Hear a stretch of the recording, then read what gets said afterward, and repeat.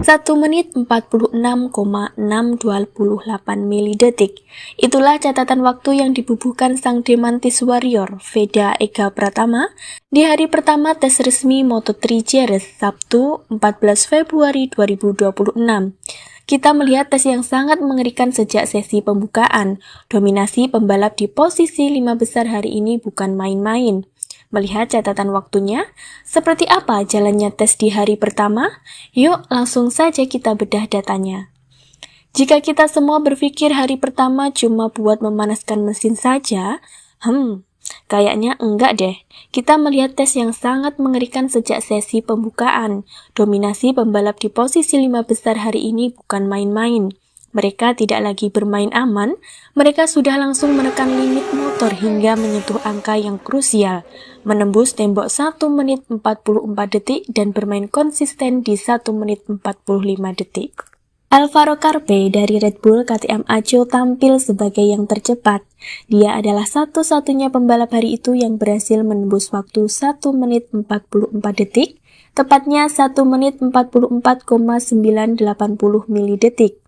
Ini catatan waktu yang impresif untuk hari pertama, mengingat rekor lap sepanjang masa di sini adalah 1 menit 43,710 milidetik yang ditorehkan oleh David Alonso pada tahun 2024. Tapi perhatikan betapa ketatnya persaingan di belakang Carpe, posisi 2 hingga 5.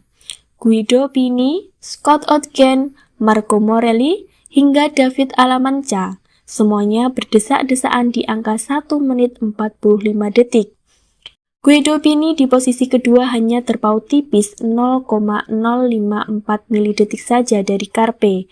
Bahkan, David Alamanca yang ada di posisi kelima jaraknya cuma 0,229 detik dari pimpinan tes.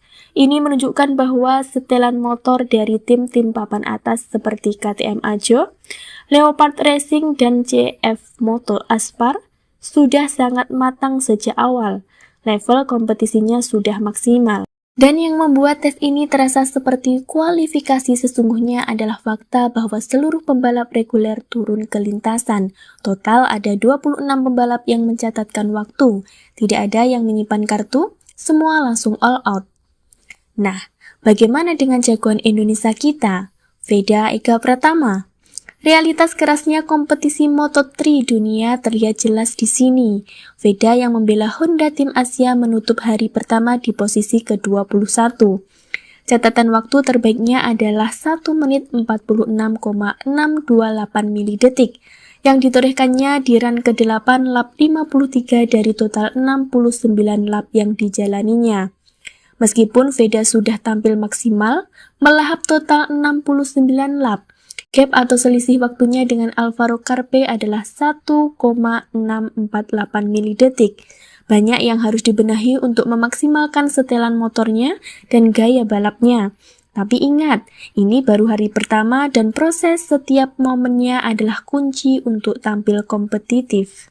Top 5 sudah terbang dengan kecepatan kualifikasi, sementara main pack hingga papan bawah masih harus bekerja ekstra keras untuk memangkas detik.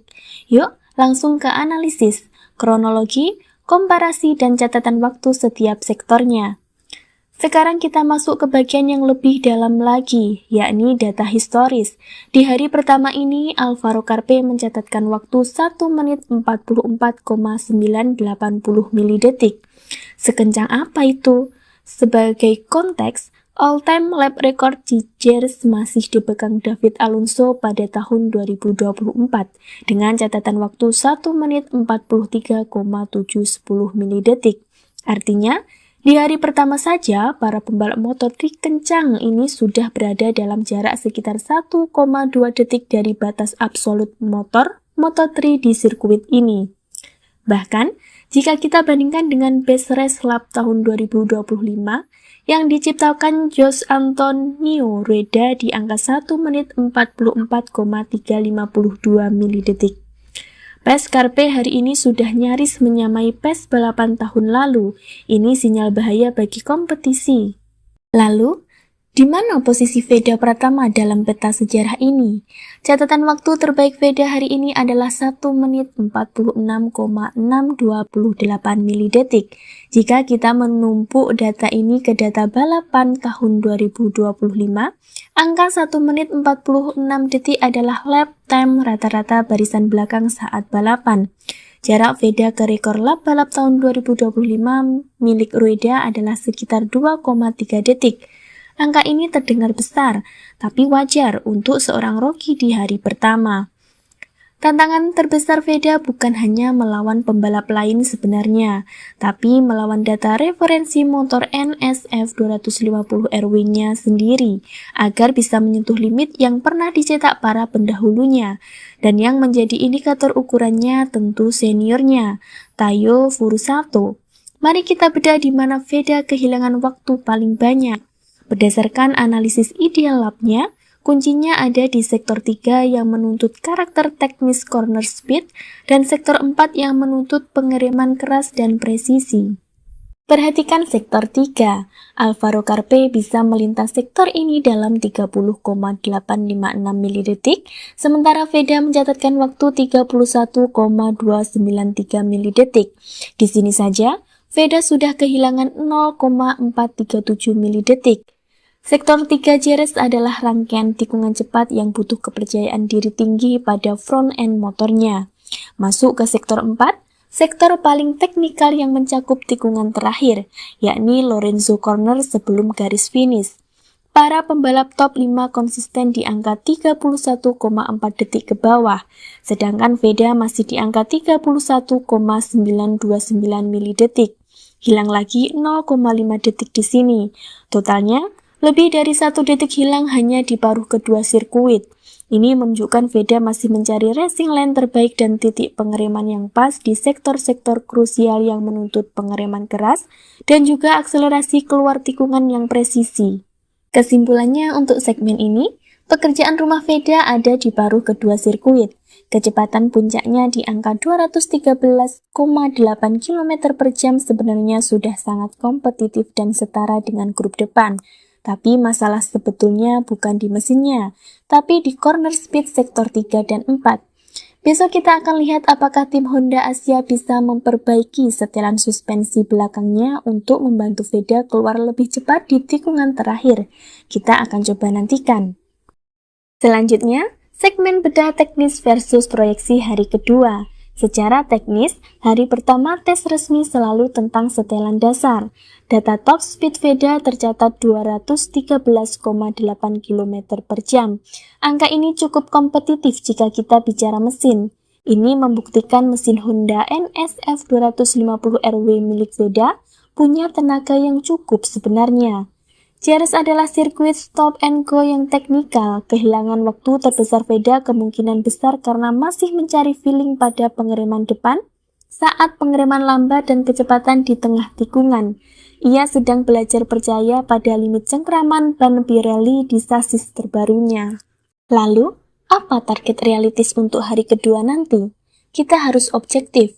Untuk langsung melompat ke 5 besar mungkin terlalu ambisius, tapi target masuk 15 besar sangatlah terbuka. Saat ini posisi 15 diduduki Jesus Rios dengan waktu 1 menit 45,951 milidetik. Veda ada di angka 1 menit 46,628 milidetik. Artinya, dengan kata lain kita hanya butuh memangkas sekitar 0,6 sampai 0,7 detik lagi. Jika nanti tim mekanik bisa memperbaiki setelan suspensi depan agar Veda lebih berani menikung, memangkas setengah detik itu sangat mungkin terjadi. Kuncinya adalah menggabungkan sektor-sektor terbaiknya menjadi satu lap utuh yang sempurna. Jadi, skenario untuk nanti malam kita menantikan Veda menembus tembok 1 menit 45 detiknya yang ia bubuhkan di November 2025 ketika awal mula mencicipi dan menjajal NSF 250 RW-nya versi Grand Prix. Jika itu terjadi, maka ia sudah berada di jalur yang tepat untuk bertarung merebutkan poin saat musim dimulai nanti. Terima kasih sudah menyimak analisis balap tes Moto3 Jerez hari pertama ini. Jangan lupa like, subscribe, dan tulis prediksi kalian di kolom komentar. Mampukah Veda masuk 15 besar nanti? Sampai jumpa di analisis hari kedua.